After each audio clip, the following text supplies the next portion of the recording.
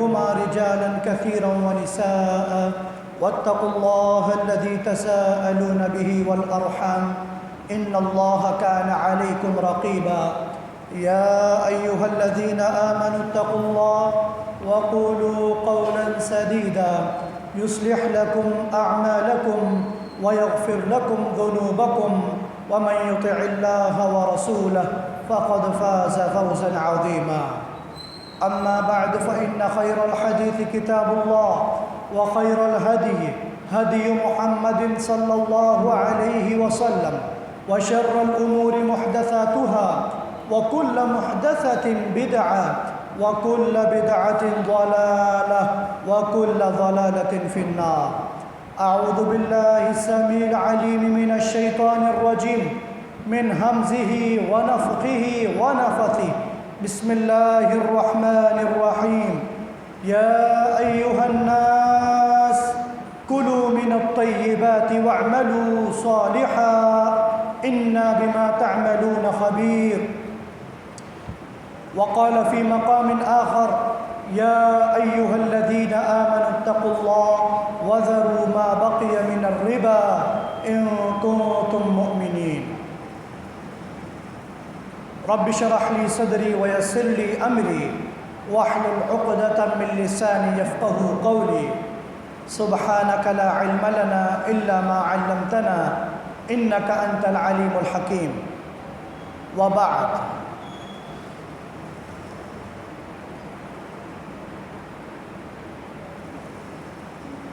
اس سے پہلے آپ حضرات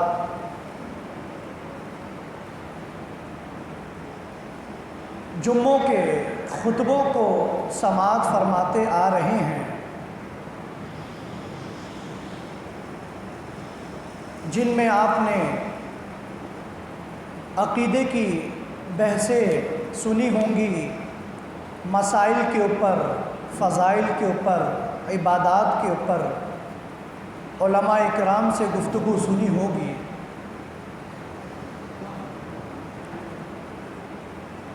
آج کے اس خطبے میں ہم بات کریں گے کہ وہ کون سے ذرائع ہیں جو حلال آمدنی کے ہوتے ہیں، اور اس بات کو جاننے کی کوشش کریں گے کہ کیا ہماری کمائی، ہماری آمدنی حلال بھی ہے کہ نہیں، کیونکہ یہ موضوع معاملات کے اندر اس اہمیت کا حامل ہے کہ اگر انسان کا عقیدہ درست، عبادات میں مکمل، لیکن اگر وہ معاملات کے اندر کمزور ہو گیا تو اس کے لیے اگلے مسائل مشکل ہو جائیں گے۔ اور ایک شخص جو 5 وقت کا نمازی، نیکی کے کام کرنے والا، اللہ کی راہ میں نکلنے والا، حج اور عمرے کثرت سے کرنے والا، روزہ رکھنے والا، مسجدیں بنانے والا،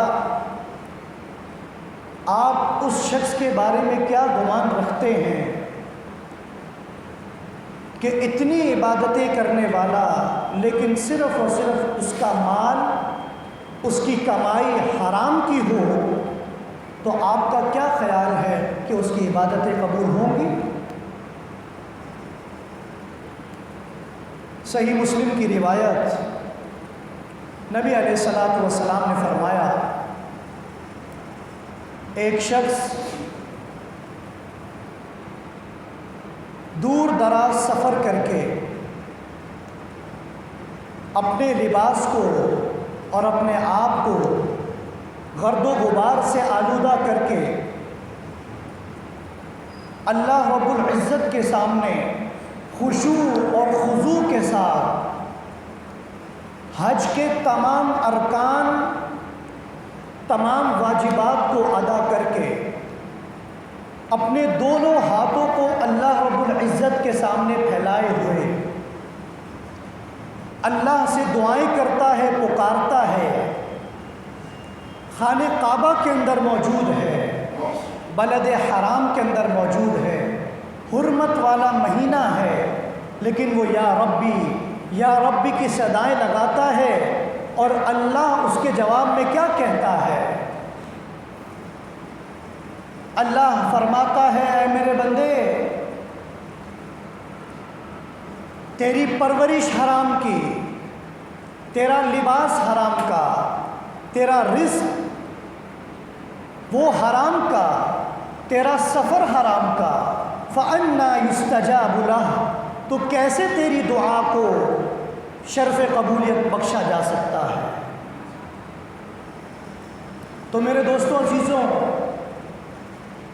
تمام قسم کے علوم میں یہ بات اتنی اہمیت کے حامل ہے کہ آپ کو معلوم ہو کہ حلال اور حرام کے مسائل کیا ہیں۔ تمام علوم میں سب سے زیادہ اہمیت کے حامل یہ موضوع ہے کہ انسان کو پتہ ہو کہ میرا کمائی کا ذریعہ حلال ہے یا حرام، کیونکہ تمام معاملات، عبادات، ایمانیات منحصر ہیں اس بات پہ کہ آپ کے پیٹ پہ جو رزق ہے، جو روٹی ہے، جو لقمہ ہے، وہ حلال کا ہے یا حرام کا۔ اسی لیے اسلام 4 بنیادی حصوں پر مشتمل ہے۔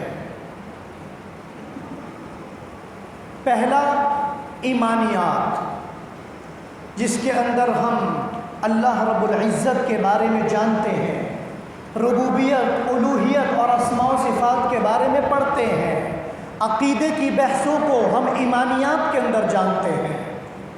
دوسرا، اسلام کا اہم باب وہ عبادات سے تعلق رکھتا ہے، جس کے اندر نماز، روزہ، زکوٰۃ، حج، صدقات، جو عبادات سے تعلق رکھتے ہیں ان کو العبادات کہا جاتا ہے۔ تیسرا المعاملات ہیں، جس میں لین دین کے مسائل، جس میں ایک انسان کا دوسرے انسان کے ساتھ تعلق کیا ہونا چاہیے، جس میں حلال اور حرام کی بحثیں یہ المعاملات کے اندر آتی ہیں۔ اور چوتھا اہم موضوع الاخلاقیات ہے کہ انسان کا رویہ دوسرے انسان کے ساتھ کیا ہونا چاہیے۔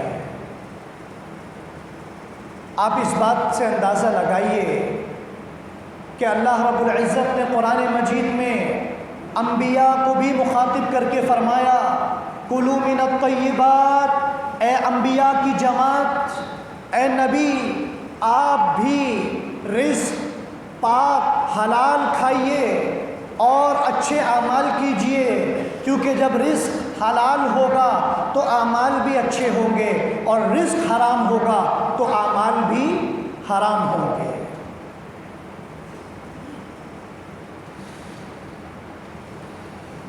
اللہ تبارک و تعالیٰ نے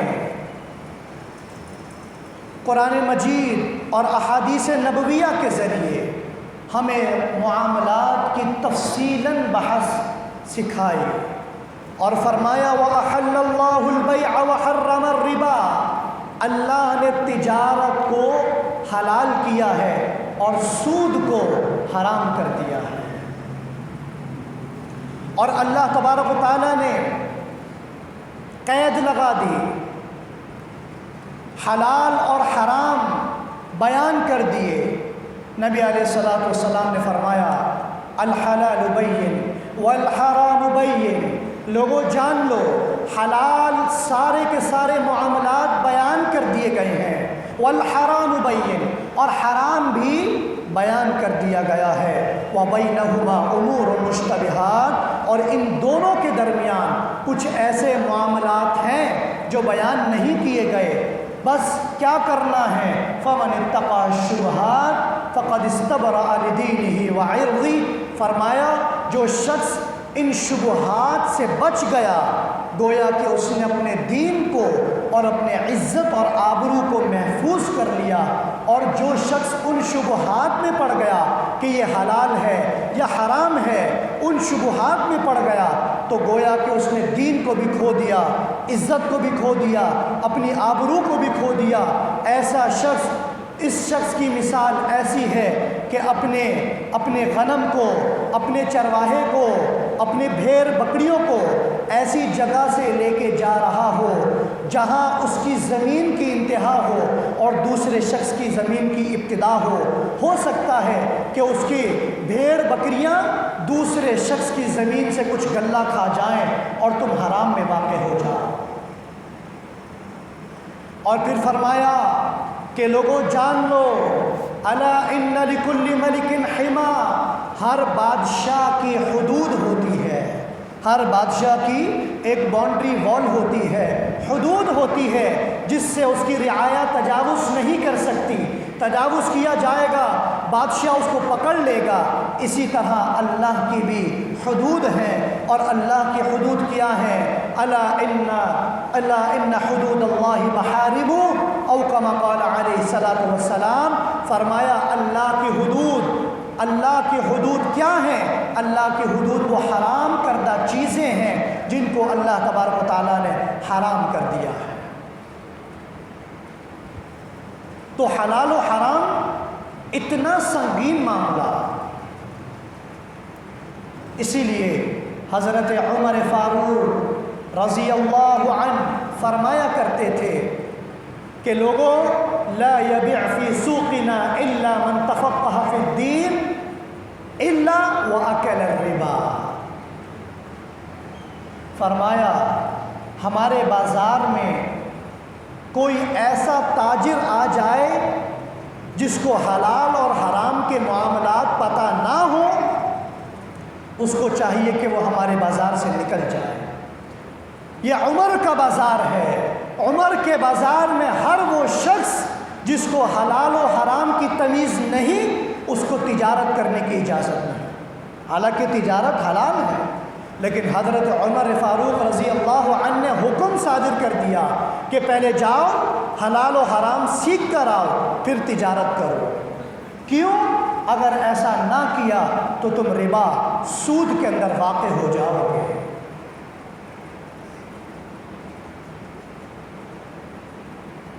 اور یاد رکھیے کہ عبادات کے اندر جو حکم صادر کیا جاتا ہے وہ حکم توقیفی ہوتا ہے۔ اللہ نے فرمایا وَأَقِيمُوا الصَّلَاةَ وَآتُوا الزَّكَاةَ، اے لوگوں نماز قائم کرو، نماز کے علاوہ کچھ نہیں، زکوٰۃ ادا کرو، زکوٰۃ کے علاوہ کچھ نہیں۔ نبی علیہ الصلوۃ والسلام کے پاس ایک صحابی آئے، فرمایا مجھ پر کیا ہے؟ کہا 5 وقت کی نماز پڑھو، زکوٰۃ ادا کرو اپنے مال سے، رمضان کے روزے رکھو، اور اگر طاقت رکھتے ہو تو حج ادا کر دیا کرو۔ فرمایا اے اللہ کے نبی صلی اللہ علیہ وسلم اس کے علاوہ مجھ پر کیا ہے؟ فرمایا کچھ نہیں، ہاں الا یہ کہ تو نفلی طور پہ کچھ بھی ادا کر دے۔ اس شخص نے فرمایا واللہ لا ازید ولا انقص، اے اللہ کے نبی جو آپ نے مجھے بتایا اللہ کی قسم نہ اس میں اضافہ کروں گا نہ اس میں نقصان کروں گا۔ نبی علیہ الصلوۃ والسلام نے فرمایا اے میرے صحابہ جس کو جنتی شخص دیکھنا ہے تو اس کو دیکھ لے۔ عبادات کا معاملہ توقیفی ہے کہ جو اللہ رب العزت نے یا رسول اللہ صلی اللہ علیہ وسلم نے بیان کر دیا کہ یہ کرنا ہے تو کرنا ہے۔ عبادات کے اندر منع کرنے کی دلیل نہیں چاہیے بلکہ ثابت کرنے کی دلیل چاہیے۔ اسی لیے جب ہم پوچھتے ہیں کہ عید میلاد النبی کی کیا دلیل ہے، یا ہم پوچھتے ہیں کہ یہ بدعات اور خرافات کی کیا دلیل ہے، تو جواب آتا ہے کہ حضرت منع کرنے کی بھی تو کوئی دلیل نہیں ہے، عبادات ثابت کرنے کے لیے دلیل چاہیے۔ کیا میرے نبی نے کبھی عید میلاد النبی منائی؟ بتا دیجیے۔ کیا صحابہ کرام نے منائی؟ کیا قرآن مجید کے اندر اس کا تذکرہ ہے؟ اگر ہے پھر جائز ہے، اگر نہیں تو جان لیجئے عبادات ساری کی ساری موقوفہ ہیں کہ جس کا ذکر قرآن مجید میں ہوگا، رسول اللہ صلی اللہ علیہ وسلم نے ذکر کیا ہوگا یا آپ نے عمل کر کے بتایا ہوگا، وہ عمل کرنا ہے۔ مغرب کی 3 رکعت ہیں، اس سے زیادہ نہیں پڑھ سکتے، پڑھنے میں کیا حرج ہے؟ کہیں منع ہے؟ بتائیے۔ اگر میں مغرب کی 4 رکعت پڑھنا شروع کر دوں، بتائیے کہیں دکھا دیں کہ مغرب کی 4 رکعت پڑھنا منع ہے؟ پورے قرآن میں کہیں نہیں، ذخیرہ احادیث میں کہیں نہیں۔ لیکن کیا یہ عمل جائز ہے؟ حرام ہے۔ کیوں؟ کیونکہ عبادات کو ثابت کرنے کے لیے دلیل چاہیے اور عبادات کو منع کرنے کی دلیل نہیں ملتی۔ لیکن میرے دوستو عزیزو، جان لیجئے معاملات کا حکم اس کے برعکس ہے، اور وہ کیا ہے؟ معاملات کو حرام کرنے کی دلیل چاہیے۔ اللہ نے فرمایا هو الذی خلق لکم ما فی الارض جمیعا، وہی ذات ہے جس نے تمہارے لیے اس زمین میں ہر چیز پیدا کی۔ یا عبادی انی خلقت کل شیء لاجلک، حدیث قدسی میں آیا، اللہ فرماتا ہے اے میرے بندے، اس زمین پہ، اس کائنات میں ہر چیز تیرے لیے پیدا کی ہے، ہر چیز تیرے لیے پیدا کی ہے، تو فائدہ اٹھا۔ وَخَلَقْتُكَ لِأَجْلِي، اے بندے اور تجھے اپنے لیے پیدا کیا۔ تو معاملات میں حرام کی دلیل چاہیے۔ اللہ نے فرمایا کُلُوا مِنَ الطَّيِّبَاتِ، اے لوگو پاکیزہ رزق سارا کا سارا تمہارے لیے حلال ہے، سوائے اس کے کن چیزوں کے؟ ہاں، حرام نہیں کھا سکتے، بہتا ہوا خون وہ نہیں کھا سکتے، خنزیر نہیں کھا سکتے، اور وہ جانور جو گر کے مر جائے، سنگ لگ کے مر جائے، اپنی موت آپ مر جائے اور کسی غیر اللہ کے نام پہ ذبح کیا جائے، یہ چیزیں نہیں کھا سکتے، باقی سب کھا سکتے۔ وہ جانور جو شکار کر کے اپنے دانتوں سے کھاتے ہیں، اور وہ پرندے جو اپنے پنجوں سے پکڑ کے کھاتے ہیں، ایسے جانوروں کو اور ایسے پرندوں کو نہیں کھا سکتے۔ باقی سارے جانور حلال ہیں، باقی سارے پرندے حلال ہیں۔ اور اسی طرح تجارت کے اندر بھی ساری کی ساری تجارت حلال ہے، سوائے اس کے کہ جو اللہ رب العزت نے قرآن مجید میں ذکر کیا کہ یہ تجارت حلال نہیں ہے۔ اس کی علماء نے 3 قسمیں بیان کی۔ پہلی قسم وہ چیز جو فی نفسی ہی حرام ہو، اس کی تجارت کرنا بھی حرام ہوتی ہے، جس کا ذکر اللہ تبارک و تعالیٰ نے سورہ مائدہ کے اندر ذکر کیا کہ اللہ تعالیٰ نے انما حرم علیکم المیتۃ والدم ولحم الخنزیر وما اہل به لغیر اللہ۔ خنزیر فی نفسی ہی حرام ہے، اس کی تجارت کرنا بھی حرام ہے۔ مردار فی نفسی ہی حرام ہے، اس کی تجارت کرنا بھی حرام ہے۔ شراب فی نفسی ہی حرام ہے، اس کی تجارت کرنا بھی حرام ہے۔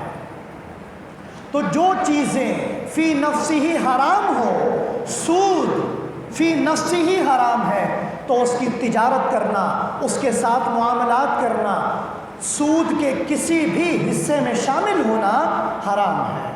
اسی لیے پیارے پیغمبر علیہ الصلوۃ والسلام نے فرمایا لعن اللہ آکل الربا وموکلہ وشاہدیہ وکاتبہ، فرمایا کہ صرف سود کھانے والا حرام نہیں، سود کھانے والے پر لعنت نہیں، سود کھلانے والے پر لعنت نہیں، بلکہ فرمایا آکل الربا، سود کھلانے والے پر اللہ کی لعنت، وموکلہ، سود کھانے والے پر اللہ کی لعنت، اور سود پر گواہ بننے والے پر اللہ کی لعنت، اور سود لکھنے والے پر بھی اللہ کی لعنت۔ سود سے جڑا ہر چیز، سود سے جڑی ہر معاملات، ہر ٹرانزیکشن حرام ہے جو سود پر کی جاتی ہے۔ اور اسی طرح ایک انسان اگر پھل کا کاروبار کرتا ہو، انگور بیچتا ہو، اور اس کو معلوم ہو کہ لینے والا جو کسٹمر میرے پاس آیا ہے وہ انگور لے کے شراب بنائے گا، تو ایسے شخص کو انگور بیچنا بھی حرام ہے۔ کیوں؟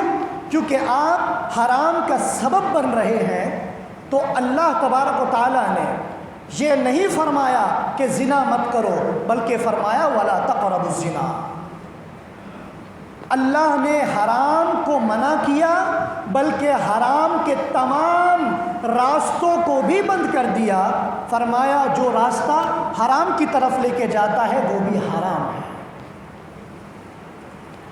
دوسری قسم وہ چیزیں جو حرام کی طرف لے کے جاتی ہیں وہ بھی حرام ہے، جیسا کہ میں نے آپ کے سامنے انگور کی مثال دی۔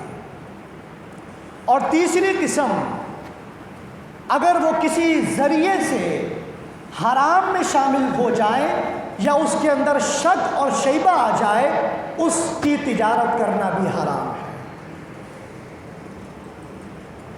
تجارت کے کچھ ارکان ہیں،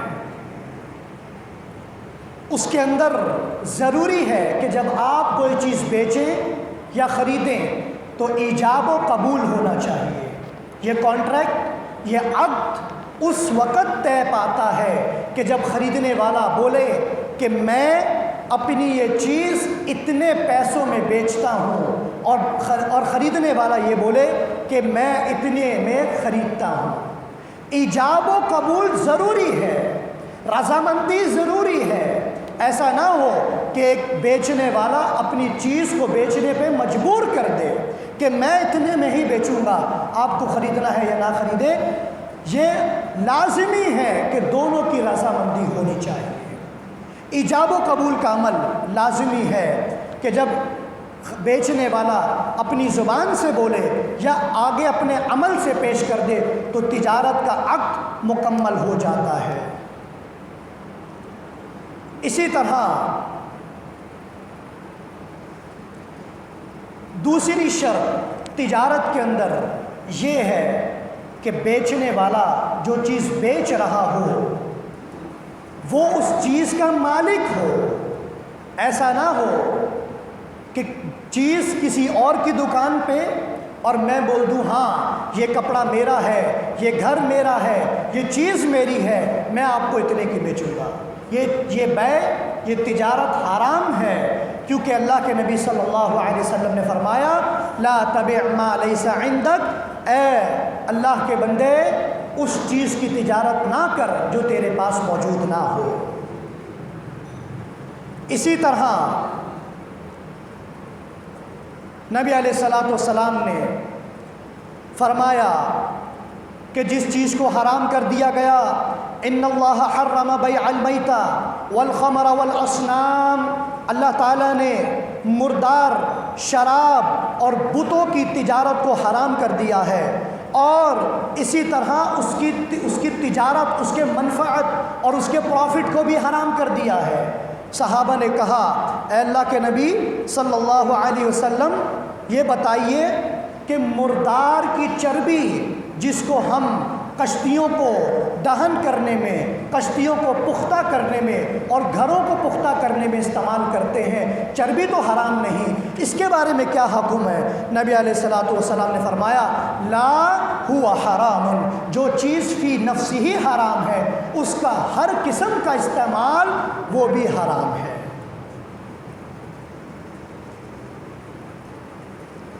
اسی طرح ایک اور شرط جو ضروری ہے وہ یہ کہ بیچتے ہوئے ثمن کا، قیمت کا تعین کرنا یہ سب سے زیادہ ضروری ہے۔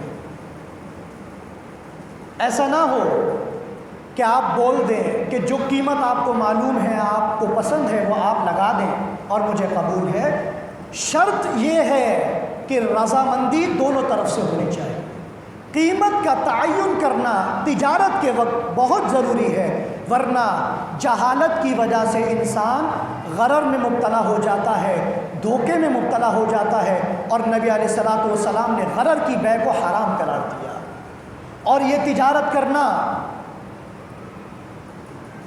کہ کپڑا کسٹمر کی طرف پھینک دیا جائے اور کہا جائے کہ یہ کپڑا جو آپ کی طرف آیا ہے آپ کو اب خریدنا لازمی ہو جائے گا، اور ان کپڑوں میں جس کو آپ نے چھوا آپ بغیر دیکھے اس کو خریدنے پر مجبور ہوں گے۔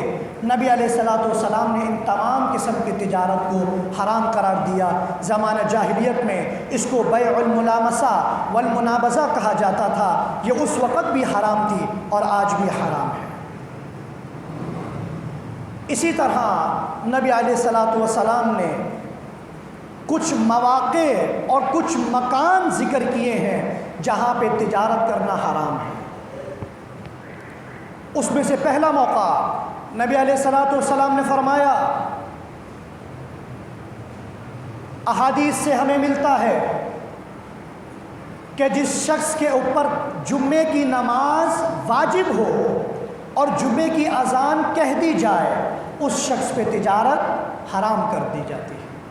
حالانکہ حلال تجارت کر رہا ہے، لیکن جمعے کی اذان کے بعد حلال تجارت بھی حرام کر دی جاتی ہے۔ اللہ تعالیٰ قرآن مجید میں ارشاد فرماتے ہیں، یا ایھا الذین آمنوا، اے ایمان والو، اذا نودی للصلاۃ، جب نماز جمعہ کے لیے اذان دے دی جائے، من یوم الجمعہ فاسعوا الی ذکر اللہ، تو اللہ کے ذکر کی طرف بڑھ آؤ، اللہ کی ذکر کی طرف آ جاؤ، اور کیا کرو، وذروا البیع، اور تجارت کو روک دو، ذالکم خیر لکم ان کنتم تعلمون، اب یہ تمہارے لیے بہت بہترین ہے اگر تم جاننے والے ہو۔ لوگوں جان لیجئے، جمعے کی اذان کے بعد حلال تجارت بھی حرام کر دی جاتی ہے۔ اور سوچئے وہ لوگ جو جمعے کی نماز کے دوران تجارت کر رہے ہوتے ہیں اور جمعے کی اذان سننے کے باوجود بھی مساجد کا رخ نہیں کرتے، ان کے لیے کتنی سخت وعید ہے۔ اور اسی طرح جب 5 وقت کی نماز کی اذان دے دی جائے اس وقت بھی تجارت حرام کر دی جاتی ہے، حلال کام حرام ہو جاتے ہیں، چاہے کتنی ہی بڑی تجارت کیوں نہ ہو، چاہے کتنا نیک سودا ہی کیوں نہ ہو، چاہے آپ خانہ کعبہ کا غلاف ہی کیوں نہ بیچ رہے ہوں، وہ تجارت حرام کر دی جاتی ہے جب اذان کی آواز آ جائے۔ اللہ تعالیٰ قرآن مجید میں فرماتا ہے، فی بیوت اذن اللہ ان ترفع ویذکر فیہا اسمہ ویسبح لہ فیہا بالغدو والآصال رجال لا تلہیہم تجارۃ ولا بیع عن ذکر اللہ واقام الصلاۃ۔ مرد اللہ کے نزدیک تو وہ ہیں جن کو اللہ کے ذکر سے ان کی تجارتیں غافل نہیں کرتی، ان کی تجارتیں اللہ کے نزدیک وہ محبوب ترین لوگ ہیں۔ کون؟ جن کو ان کی تجارتیں، ان کی کمائیاں، ان کے معاملات اللہ کے ذکر سے غافل نہیں کرتے، نماز سے غافل نہیں کرتے، زکوٰۃ سے غافل نہیں کرتے۔ یخافون یوما تتقلب فیہ القلوب والابصار، اور وہ لوگ کون ہیں جن کے دل ڈرتے ہیں اس دن سے جس دن تمام دل منہ پہ آ جائیں گے، وہ قیامت کے دن سے ڈرنے والے ہیں۔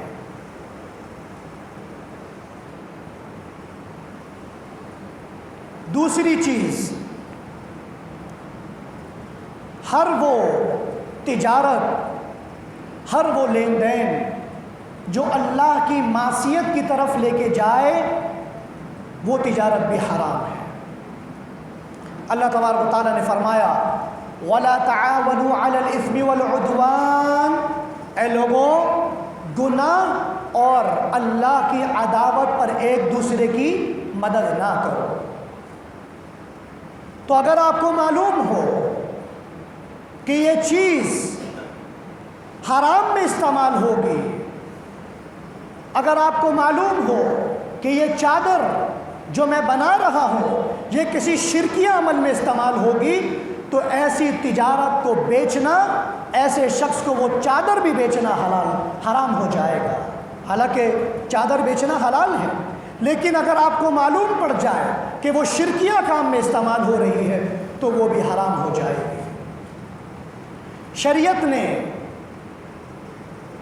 فیصلہ صادر کرتے ہوئے 5 چیزوں کی حفاظت کا ذمہ اٹھایا ہے کہ جب بھی آپ فتویٰ لینے جاتے ہیں تو شریعت کے احکامات ان 5 اصولوں کی بنا پر ہوتے ہیں، اور وہ کیا ہے؟ سب سے پہلے حفاظت الدین۔ فیصلہ اگر کسی شخص کے دین، توحید، عبادات، معاملات اور اخلاقیات کو محفوظ کرتا ہوگا تو وہ فتویٰ صحیح ہوگا، وہ حکم صحیح ہوگا، وہ تجارت صحیح ہوگی۔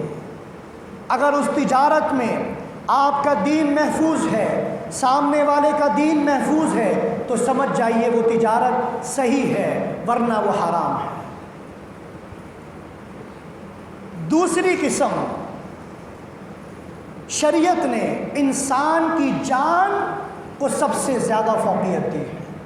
اگر کوئی معاملہ، اگر کوئی حکم انسانی جان کے خلاف ہے، انسانی جان کو مضر دے رہا ہے، جیسے نشہ، سگریٹ بیچنا، اسی طرح وہ حرام کردہ چیزیں بیچنا، یہ جو جتنی سپاریاں